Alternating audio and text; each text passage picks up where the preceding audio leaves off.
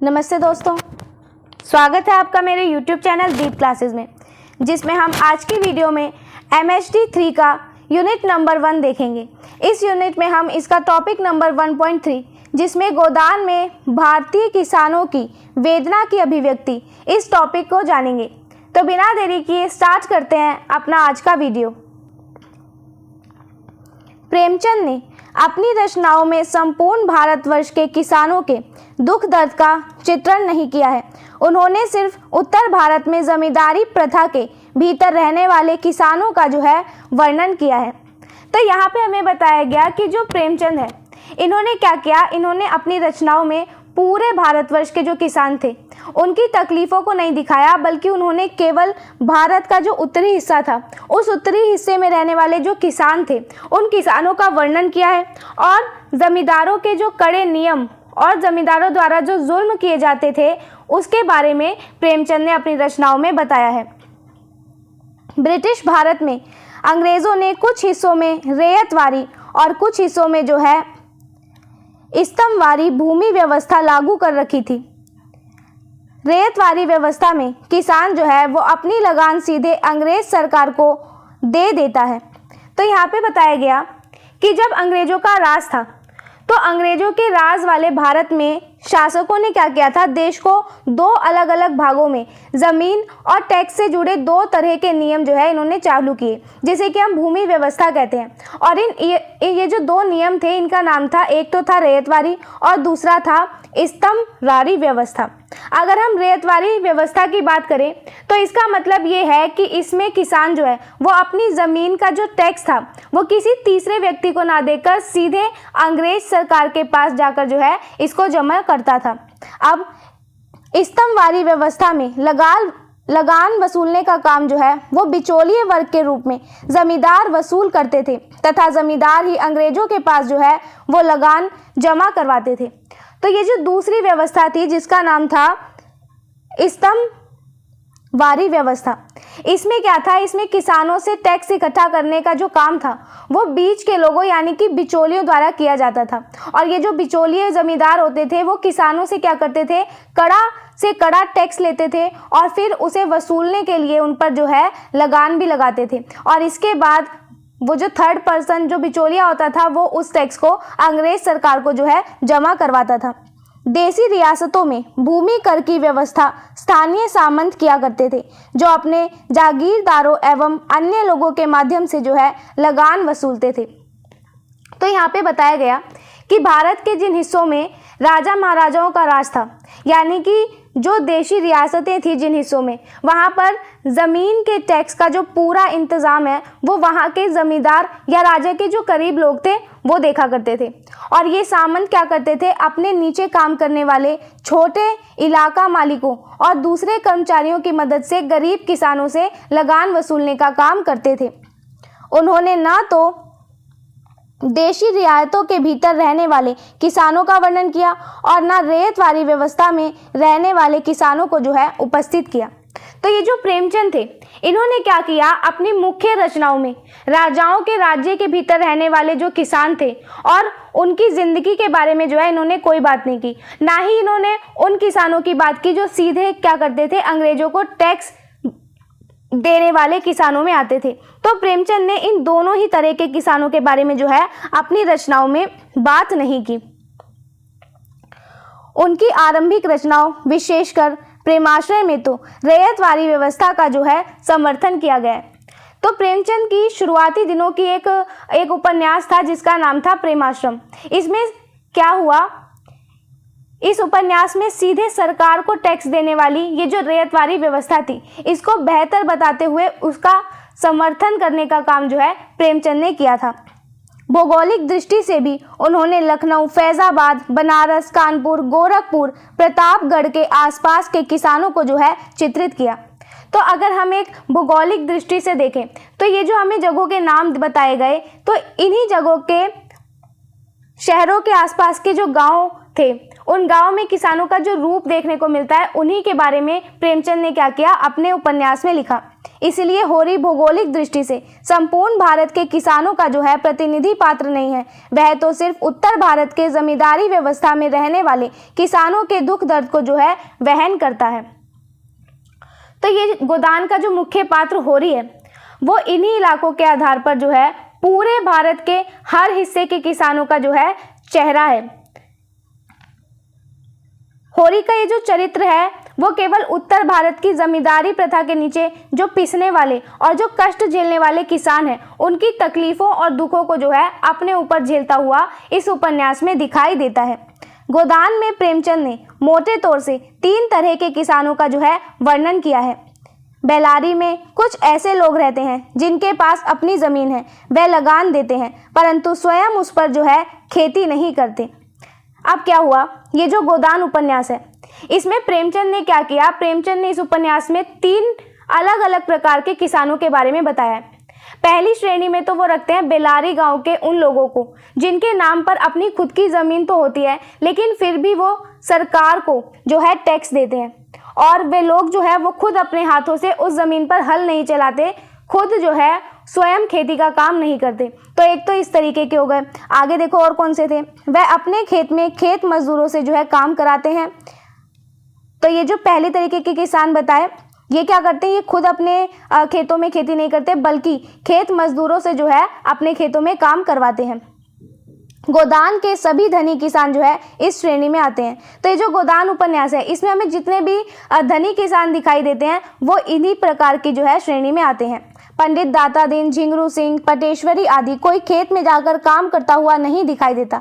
तो ये उनके नाम है। ये सभी पात्र उपन्यास में ऐसे दिखाए गए हैं जो इन्हीं तरीके के जो है किसानों में आते हैं।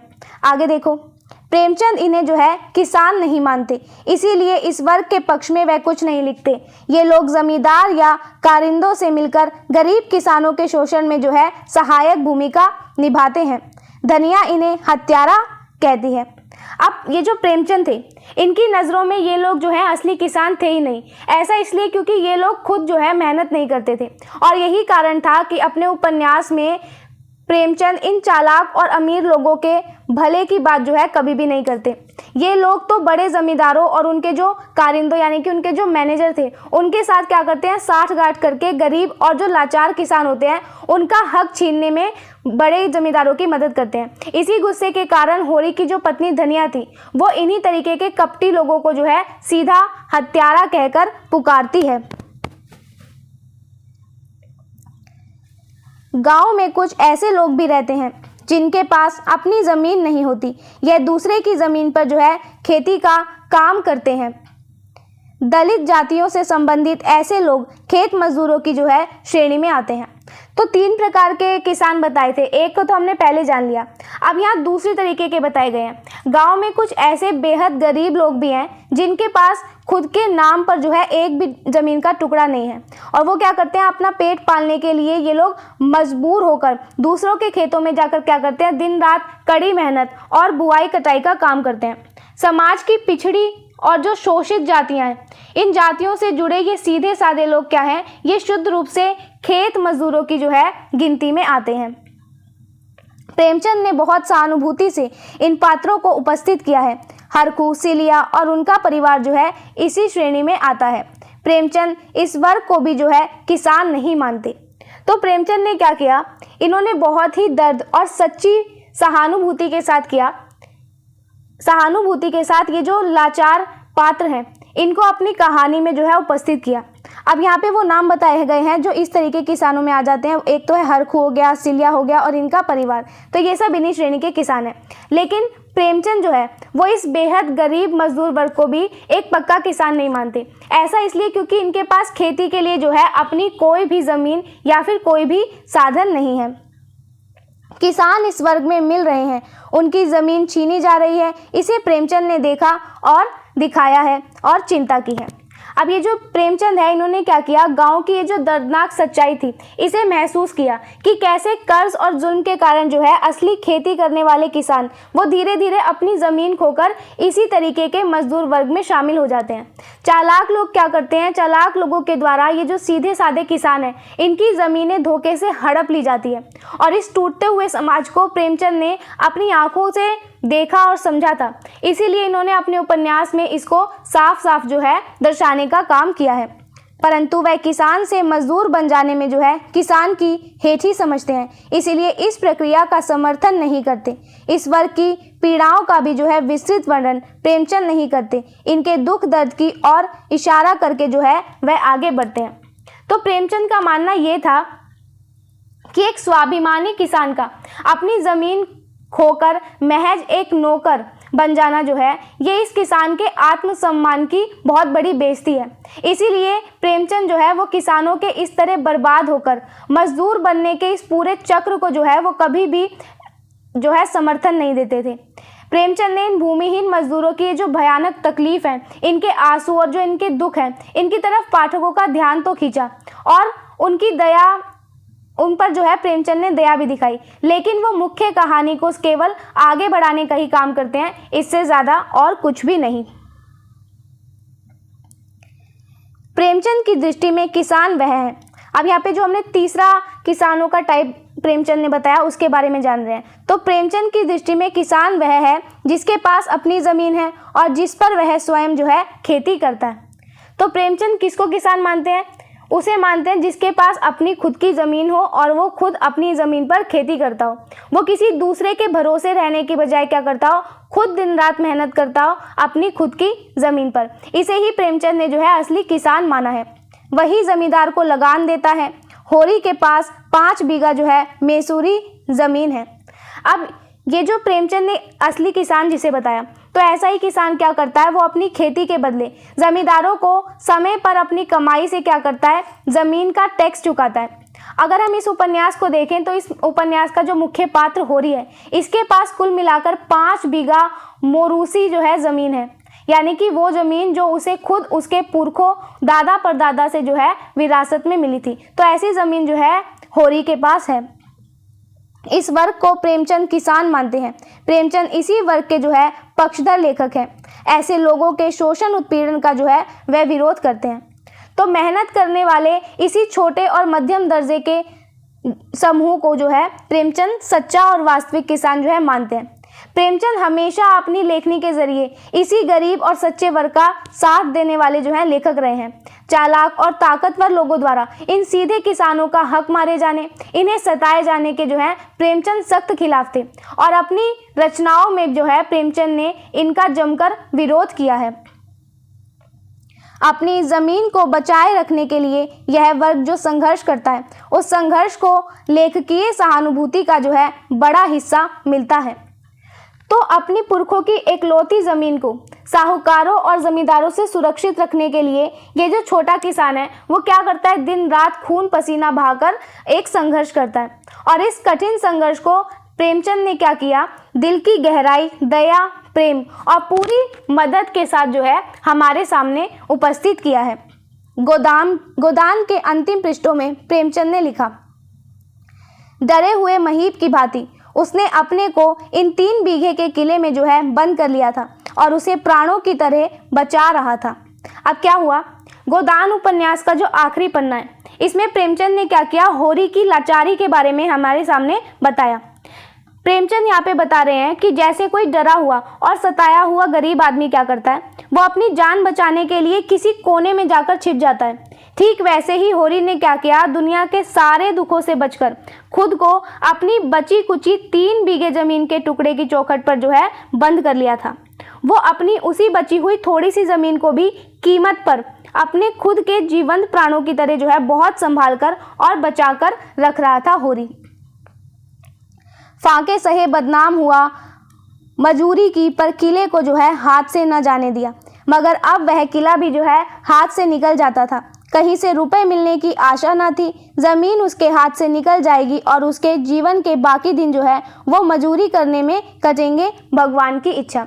तो होरी ने क्या किया, उस जमीन के लिए कई दिनों तक भूखे पेट रहकर अपने समय को काटा था। समाज से अपमान और बेइज्जती सही, वहीं दूसरों के यहाँ मजदूरी तक की होरी ने। लेकिन इतनी सारी विपत्तियों के बाद भी क्या हुआ, उसके उस जमीन के टुकड़े को जो है वो बचा नहीं पाया। अफसोस ये था कि अब कर्ज का जो भारी बोझ था, उसके कारण होरी की जिंदगी का जो आखिरी सहारा था वो था उसकी जमीन का टुकड़ा, तो वो भी जो है अब उससे छीन लिया गया। अब होरी को दूर दूर तक किसी भी तरह से कर्ज को चुकाने के लिए पैसे मिलने की जो उम्मीद थी वो बची ही नहीं। उसे ये साफ दिखने लगा कि उसकी मौसूरी ज़मीन जो है अब हमेशा के लिए उससे छिन जाएगी और बुढ़ापे में उसके जीवन के जो थोड़े दिन बचे हैं वो दूसरों की गुलामी करने में जो है अब उसके दिन बीत जाएंगे। अंत में क्या हुआ, अंत में वो अत्यंत हताश होकर अपनी फूटी किस्मत को कोसते हुए ये मान लेता है कि शायद जो है ईश्वर की यही मर्जी होगी। प्रेमचंद किसान को किसान के रूप में देखना चाहते हैं। इसी वर्ग में रहते हुए इनकी दशा सुधारने की जो है वकालत करते हैं। होरी इसी गरीब छोटी जोत वर्ग का जो है प्रतिनिधि पात्र है। तो ये जो प्रेमचंद है ये चाहते थे कि एक किसान हमेशा ही अपनी शान और अपने स्वाभिमान के साथ क्या करे, किसान बना रहे, उसे अपनी ज़मीन छोड़कर जो है मजदूर ना बनना पड़े। प्रेमचंद किसानों के इसी समूह में रहकर अपनी गरीबी और हालत को बेहतर बनाने के लिए मजबूती से जो है आवाज़ उठाते हैं। इस उपन्यास का मुख्य नायक होरी भी जो है वो इसी कम ज़मीन वाले और गरीब किसानों के समूह का जो है एक सबसे बड़ा चेहरा बनकर हमारे सामने आता है। ऐसा किसान जिसके पास 5-6 बीघा ज़मीन है, बकाया लगान का बोझ है, ना उतरने वाला ऋण है, अनेक सामाजिक धार्मिक मान्यताओं से जकड़ा हुआ है, असंगठित